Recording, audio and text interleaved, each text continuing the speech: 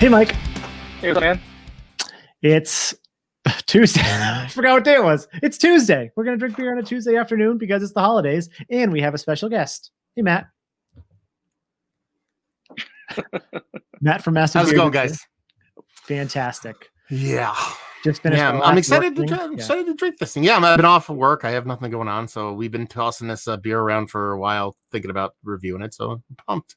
Yes, and this is a special one for you, right? This is yeah, this is like kind of like my anniversary for Hop Butcher. So when I originally there was a gentleman out of Chicago sent me a couple Hop Butcher beers, and as I want to do from time to time, I get really weird and kind of kooky with the stuff that I say, and Hop Butcher caught wind of it, and they stated, they're like, we think what you're saying is hilarious.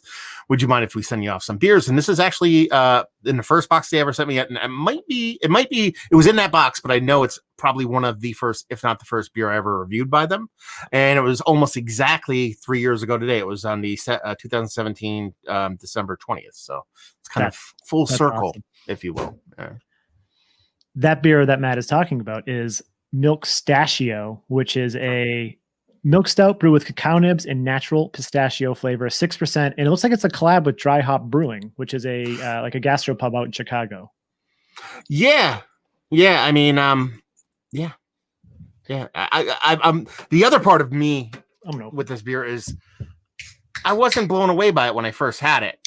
So I'm kind of curious to dive back into it. I've had it since then because they sent it, I believe it was like last year when they made it. So yeah.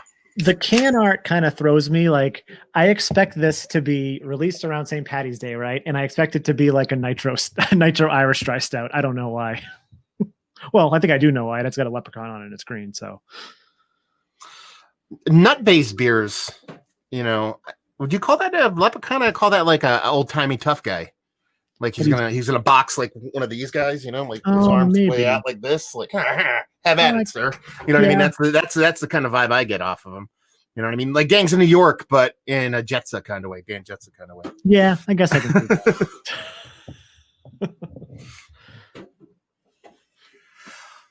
that. What's your guys' experience with nuts and beer? I mean, pistachio is an odd one, but I mean, there's usually you get your hazelnuts and your almonds and things like that from time to time. But I don't think I've ever had a pistachio-based beer before. There was yes, we have, Mike, and we loved it. Which one? Was it that one from Italy? Yeah, it was another half collab with Crack Brewing, and it was ridiculous. Yeah, that was good. I forgot about that. Yeah, my bad. It was a couple of years ago, but yeah, no, there was that one. I can't think of any others. No, Trillium actually has a beer with pistachio in the name. Now that I think about it, I think Pistachio Bark or something like that. It was okay. We'll leave it at that. But no, I actually love nuts and beers. Like I love hazelnuts, almonds. It depends. Almonds, sometimes you get like a real almond flavor, or you're just going to get that like amaretto di Serono flavor from like artificial almonds or whatever, however they think that that's an almond flavor. Yeah, I don't know about almonds, man. I kind of think almonds, like I like almonds, I eat almonds, but the flavor profile of an almond is so light to begin with. I can't imagine how they're impacting a beer with almond. Like I almost think it's kind of like they're being weird about it, or it's kind of a joke, or because I mean, you know, you drink this, you smell this, you're probably gonna be like, I can kind of get pistachio because they tell you so, but is it actually in there? And so I don't know, almonds, but hazelnut definitely, but just because that's like kind of a classic nut to put in a beer. But yeah. We'll see what's what. Yeah, it looks pretty black. I got like a dark brown. It's a little thinner than your average kind of a stout. I've got some red actually. I think, or that's just the light reflecting it. Yeah, it's just it's almost porter like. That's the thing you need to keep in mind too. We're talking about 6% here. Yeah. So it's not like we're talking about a big old beer. I think it was actually 5 and change when I originally reviewed it. So it's changed a little bit since then. Interesting. And was it also a collab with DryHop? Yes, okay. Yes. I skimmed through my old review on my way back from shopping today and stuff like that. So yeah, they were definitely part of it, and I think that's, you know, collabs typically stay that way. Even if a brewery is not like collabing with the brewery on the beer anymore, they just always kind of keep that brewer's name on it. Yeah, you know, it's kind of like Omnipolo and, you know, Tired Hands. They made the first milkshake IPA, so it's all the milkshake IPAs are in collaboration with Omnipolo, even though they probably haven't talked about beer in 3 years, you know. Valid point. You guys want to get a nose? Yes, sir. That's pistachio. Weird. I'm spilling everything everywhere because I poured too much in like an asshole. It's like my fatal flaw of me is always pouring way too much beer in my glass. It smells like a milk stout to me. It does. That's pretty much predominantly what I'm getting here. I got cacao up front, and then I'm getting those. It's funny, like that amaretto, but those amaretto like biscuit cookies, like they're what are they? Not biscotti. Are they biscottis? No, I don't think so. What am I thinking of? Like they're like hard biscuits or whatever. I mean, biscotti's like that, but that's the vanilla for me. I think it's kind of vanilla more. But I have a really oddly enough, I have a problem distincting cocoa from vanilla. So sometimes I'll smell something and it smells like cocoa to me, and other times it smells like vanilla. But it smells like a vanilla chocolate porter. flavoring is vanilla. Yeah, Which makes sense. Yeah, I'm getting like lots of dark chocolate. I'm getting like roasted nuts. I don't know if pistachio in particular. Not sometimes me in beer sort of come off sort of generically like nutty, but it feels like chocolate and nuts to me. I wanted Mike to say it smells like soup to nuts, but yeah, it's honestly it smells like a milk porter with a touch of vanilla. Like it's not just lactose for me. There has to be lactose in here or something. And it's pistachio flavor. So take that for what it's worth. You don't know what that actually means, but I assume pistachio is going to be like any other nut. You have to use like a PB version of it. You know, they use like PB2 in beer. It's like powdered peanut butter. Yeah. Because you can't have the oil in it. Otherwise it kind of kills the beer. I assume that's the same thing with pistachio. Unless that's a lot of vanilla for is. me. Yeah. A lot of vanilla for me. Yeah. And it smells nice. It smells like a nice, yeah. It smells more impactful than 6%. But in a drinkable kind of way. But I wouldn't go out. I wouldn't say there's like for outside of the classic kind of bits and pieces of nutty malt that you typically get from a malty beer. Outside of that, pistachio is not something that would come to mind. I would imagine in a mystery beer format. I don't know where this amaretto is coming from, but either way, it's really throwing me for a loop. We talked about amaretto before we started the recording, so maybe a little bit of placebo action in the brain. Yeah. Anyway, do you guys want to get a taste? Certainly. Cheers. Cheers, gentlemen.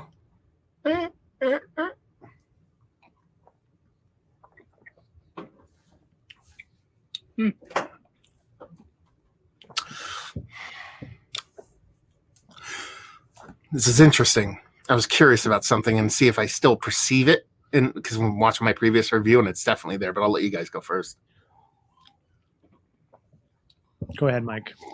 I mean, it's good. It's a lot thinner and not as impactful and or punchy in flavor as I expected.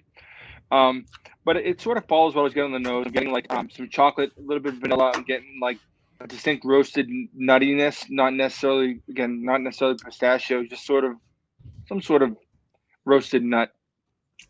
I'm getting just a faint sort of metallic thing in there. Can't really put my finger on it. Like maybe like slightly coppery something. I don't know. What are you getting, Sean? I get like this like nutty thing, and it's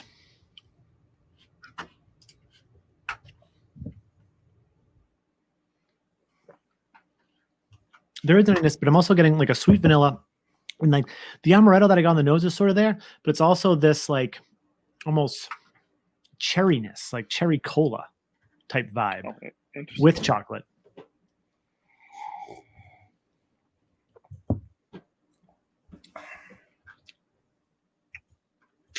I'm not quite getting that. Matt, what's your opinion? I mean, I'm getting roasted malts. I'm getting a little bit of chocolate in there. The vanilla is not nearly as big as I thought it was going to be based off of the nose.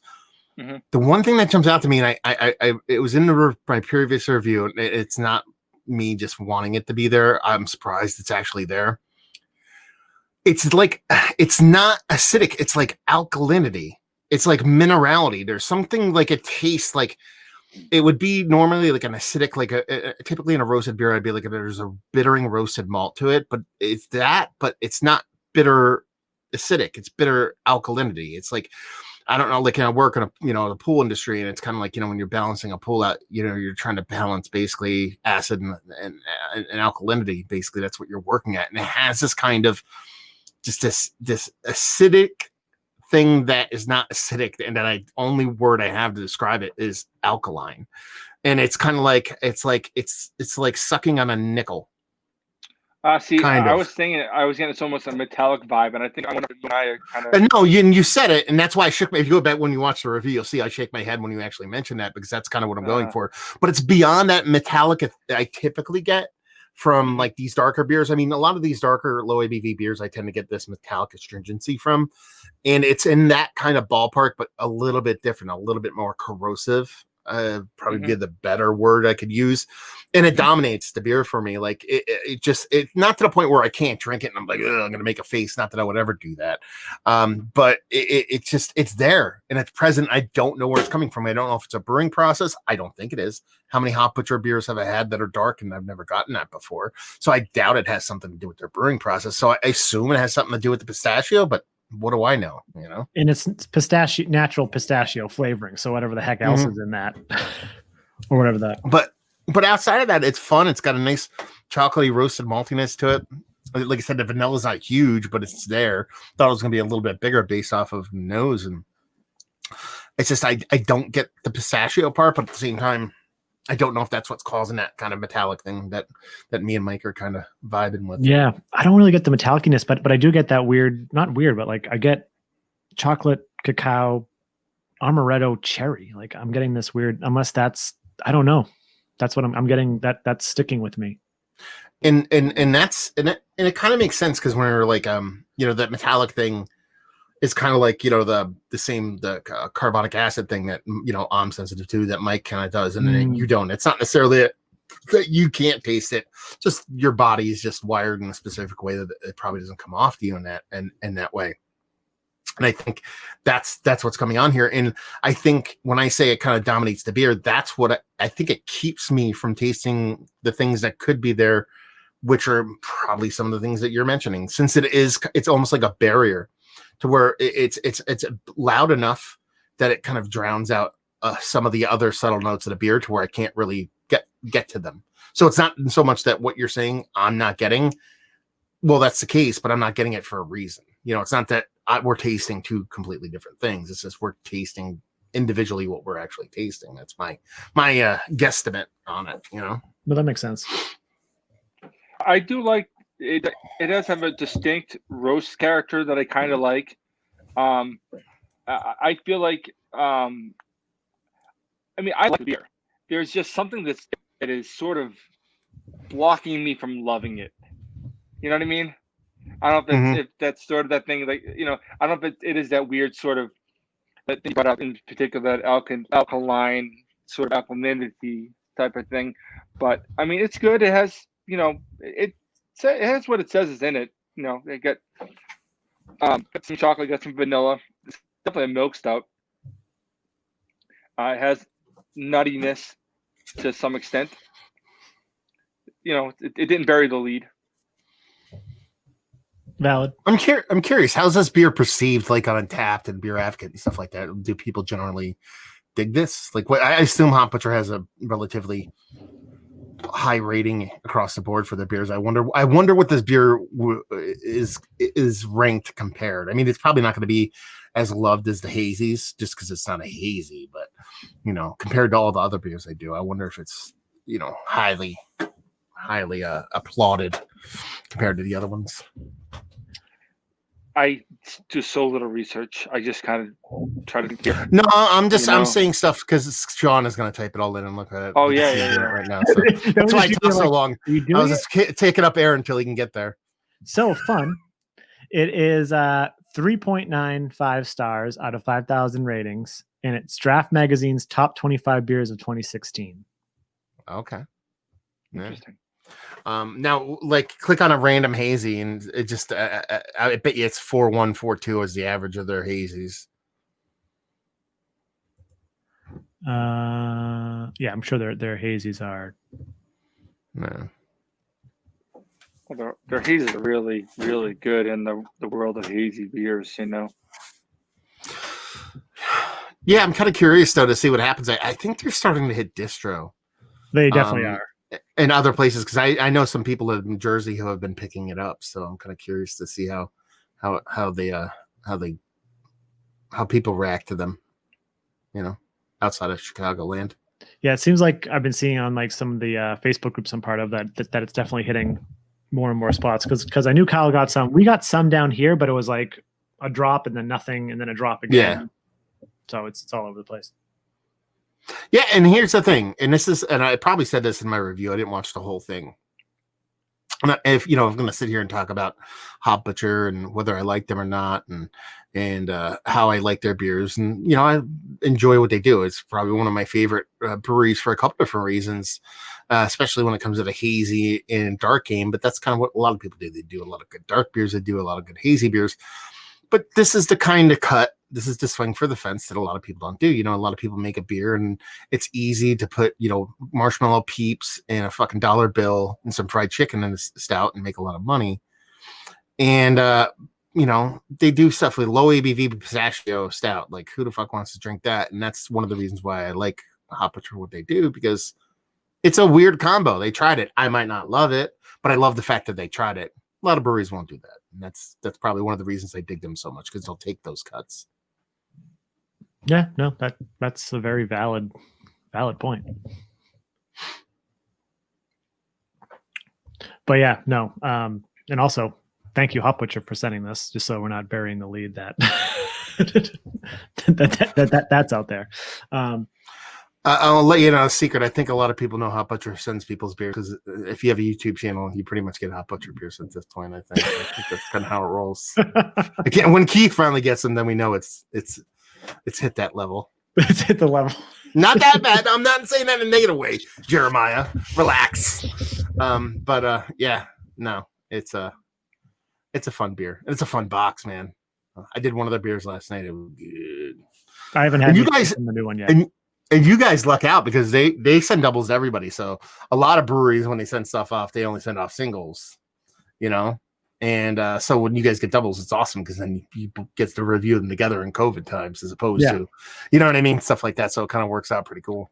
Yeah. If we didn't, I'd be like, sorry, Mike, Jeremiah didn't send anything this month. Huh? I get it. He's like, where are you getting these beers you're reviewing? But I just text him and give him my address for the next shipment. Yeah, but let us know down in the comments if you've had Milkstachio by Hop Butcher and DryHop Brewers. What do you think of it? Is it your more favorite Hop Butcher stout? Do you like it better than their hazies? Like, what's your take on it? Are you getting those different kind of alkaline-y things? Does somebody out there get the amaretto or the cherry? Please, if you do, let me know in the comments. And again, thank you, Hop Butcher, for sending this our way. And Matt, where can we find you? Just go on the internet and type in beer reviews. Click on the first link or two, and you'll find Massive Beers. Man, I can't help myself. Massive Beers, Massive Beers on social media. Beer Massif when I do the podcasting stuff, and just type in Instagram, YouTube, all the kind of fun stuff. Friendster, Friendster, IRC, all those places. Tinder. OnlyFans. Yeah, I've thought about it. Believe me. And yeah, you can find us at nerdsense.net, Instagram, Facebook, Twitter, if those are your things. From there, you can get to all those places. And I'm Sean. I'm Mike.